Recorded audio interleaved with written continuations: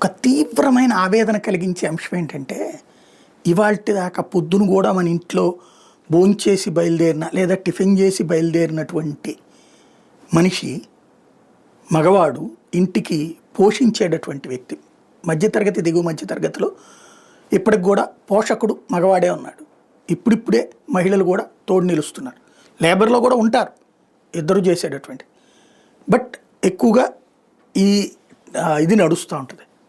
అట్లాంటి మగవాళ్ళు వెళ్ళినటువంటి వాళ్ళు వెళ్ళిన ఫ్యాక్టరీలో, సెగాచి ఫ్యాక్టరీ ఏదైతే మొన్న జరిగినటువంటి ఇన్సిడెంట్ ఉందో, ఆ ఫ్యాక్టరీకి వెళ్ళిన వాళ్ళు అక్కడ ఏదో పని చేసుకుంటున్నారంటే అకస్మాత్తుగా టీవీల్లో వచ్చిన బ్రేకింగ్లు, పేలుడు, ఆ తర్వాత మరణాలు. మన వాళ్ళకి ఫోన్ చేస్తే ఫోనే ఎత్తిన పరిస్థితి లేదు, ఫోన్ స్విచ్ ఆఫ్ అయిపోయింది. ఒక్కసారిగా పరుగులు పెట్టుకుంటూ అక్కడికి వెళ్తే శవాల ముద్దలు, మాంసపు ముద్దలు అట్టపెట్టెల్లో పెట్టుకునే కర్మ పట్టినటువంటి సిచ్యుయేషన్.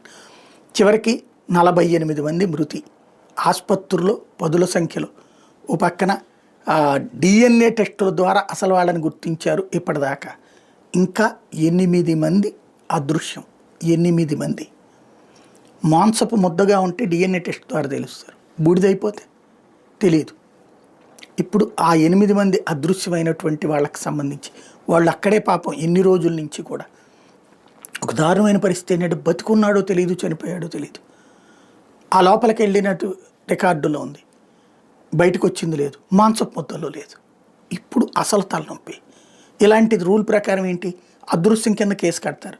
3 నెలల తర్వాత చనిపోయారని చెప్పి రిపోర్ట్ ఇస్తూ ఉంటారు. మామూలుగా అయితే ఏళ్ల తరబడి ఉంటుంది అనమాట. వీళ్ళకి పరిహారాల సంగతి ఏంటో తెలియదు. ఇవ్వాలా లేదంటే ప్రభుత్వాలు ఇవ్వవు దీన్ని అడ్డు పెట్టుకుని, ఫ్యాక్టరీలు ఇవ్వవు దీన్ని అడ్డు పెట్టుకుని. ఇప్పుడు పెద్ద సమస్య వాళ్ళ జీవితాలు. ఒక్కసారిగా స్తంభించిపోయిన వాళ్ళ జీవితాలు, కళ్ళల్లో నీళ్లు ఇంకిపోయినటువంటి ఆయా కుటుంబాల దీనగాదని అర్థం చేసుకోవాల్సిన అవసరం అయితే ప్రభుత్వానికి ఉంది.